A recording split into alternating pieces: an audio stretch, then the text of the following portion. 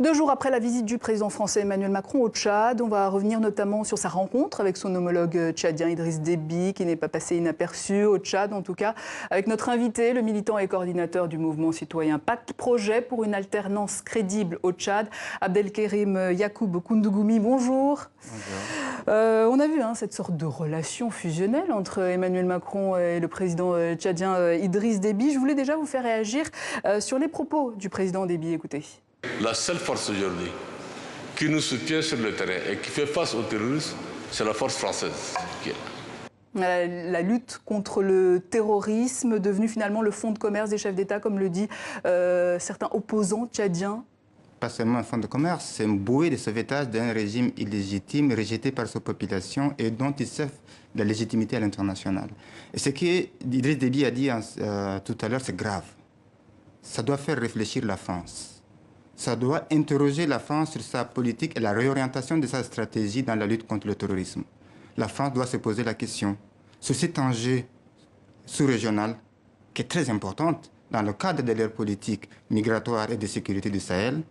Pourquoi la France se retrouve toute seule? C'est ça la question qu'il faut se poser. C'est ça. Pourquoi la France est toute seule? Mais l'Union européenne a promis 500 millions d'euros et la France a... Si la France est aujourd'hui toute seule, parce que les autres puissances n'ont pas la même lecture de la situation. Beaucoup de pays et de puissances ne considèrent pas Idriss Déby comme la solution. C'est ça, la France doit se repositionner et requalifier ses liens avec Idriss Déby. Mais Monsieur Yacoub, est-ce qu'aujourd'hui on peut au moins considérer que la France a été présente aux côtés d'Idriss Déby dans la lutte contre le terrorisme et accorder du crédit au G5 Sahel? La France, justement, c'est là où on dit qu'il devait changer de cheval de bataille. Si la France était plus engagée en prenant en compte les autres considérations, pas l'aspect seulement militaire, parce qu'aujourd'hui, la solution à cette lutte contre le terrorisme n'est pas que seulement l'aspect militaire. C'est aussi l'aspect démocratique, l'aspect de bonne gouvernance. Il faut aussi lutter contre les sources de ce terrorisme-là.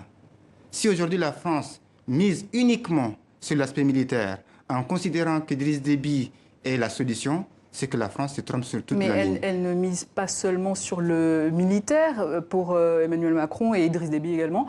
La lutte contre le terrorisme passe également par l'aide au développement. La France a déjà donné depuis 2017 150 millions d'euros. Vous ne trouvez pas qu'on prend le problème par le bon bout là? Non, c'est insuffisant. En fait, là où qu'est-ce qu'il faut d'autre alors? Ce que nous on se pose la question, c'est que ce n'est pas en donnant sur l'aspect financier. Mais regardez.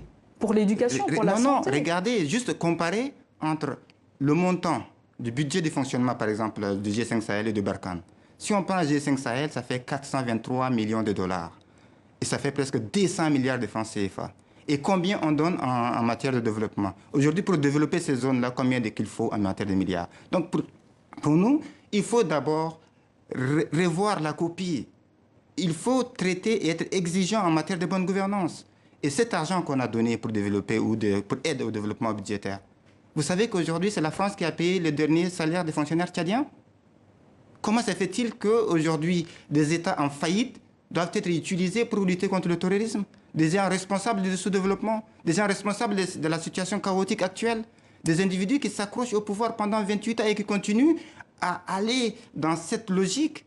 La France doit justement investir sur l'avenir et non sur l'éternel individus qui sont au pouvoir. Justement, Macron l'a dit, n'oubliez pas, pendant la campagne électorale, au discours de Ouagadougou et le conseil présidentiel que Macron a mis en place, avec l'air politique de pouvoir regagner l'Afrique, reconquérir l'Afrique, parce que n'oubliez pas, la France a perdu beaucoup de terrain en Afrique. Alors, justement, par rapport à la politique intérieure, Emmanuel Macron a refusé de rencontrer l'opposition tchadienne. Vous pensez que c'est une maladresse de la part du président français?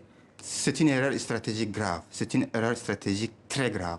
Si Macron s'est trompé, les vrais alliés de Macron qu'on connaît à travers ses promesses électorales et à travers son engagement, sa jeunesse, son désir de changement des relations entre l'Afrique et la France, si Emmanuel Macron est dans cette même logique, eh bien, ses vrais alliés, c'est la société civile, c'est les partis politiques démocratiques, c'est aussi des progressistes, des leaders qui s'engagent pour faire advenir ces changements-là. Et non de compter sur un individu uniquement parce que cet individu-là sert les intérêts de la France dans la lutte contre le terrorisme. Non. La France doit investir dans cette jeunesse que Macron appelle de tout son cœur à reprendre la relève. Alors, autre thème qui a été évoqué, les élections, l'échéance électorale à venir, législatives et municipales en mai prochain, thème évoqué par Emmanuel Macron ce week-end. Écoutez. Et j'ai été très sensible à l'engagement du président Déby d'organiser pour mai prochain des élections législatives et municipales. Et je souhaite que l'Union européenne soit aux côtés du Tchad pour ces échéances. La France le sera, à la fois pour aider à organiser, pour aider au financement et permettre ainsi aussi une forme démocratique indispensable aux bons équilibres et à la bonne gouvernance du pays. Et je sais que vous y êtes profondément attachés. Une forme démocratique est indispensable. Vous le prenez comment, cet argument d'Emmanuel Macron? Très déçu. On est très étonné qu'un chef d'État étranger vienne au Tchad donner les dates des élections chez nous. Il n'est ni de la compétence d'Emmanuel Macron, encore moins d'Idriss Déby, de donner des dates des élections. C'est à la CENI, la Commission électorale nationale indépendante, qui doit le décider. Et c'est très grave ce qui se passe aujourd'hui au Tchad, et surtout avec ce qu'Emmanuel Macron a dit. Ça montre ces vides politiques qui existent en ce moment. Aujourd'hui, le processus électoral dont ils disent actuellement est en process. La CNDP est en train de justement étudier la révision du code électoral qui doit être présentée au gouvernement en janvier, qui doit l'adopter comme projet de loi présenté au Parlement, qui doit l'adopter et le président le promulguera. Et ensuite, c'est en janvier, je crois, que la CENI qui doit être mise en place et la CENI décidera de la date des élections. Ce n'est pas à Emmanuel Macron de venir au Tchad de nous dire que les élections auront lieu en mai. Vous pensez quoi? Que c'est une visite qui pousse à conforter la présence d'Idriss Déby à la tête du Tchad? Je crois que Emmanuel Macron, en voulant avoir Idriss Déby à ses côtés dans la lutte contre le terrorisme, est en train de faire une erreur grave dans sa vision des choses ou de la vision des solutions pour notre sous-région.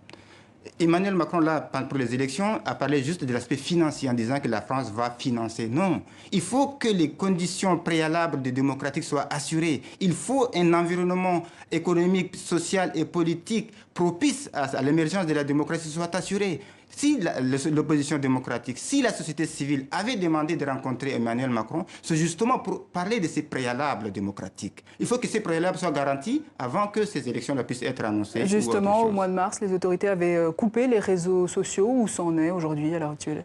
Ça, c'est les dernières des violations des libertés individuelles, des libertés des citoyens tchadiens, des libertés même d'opinion.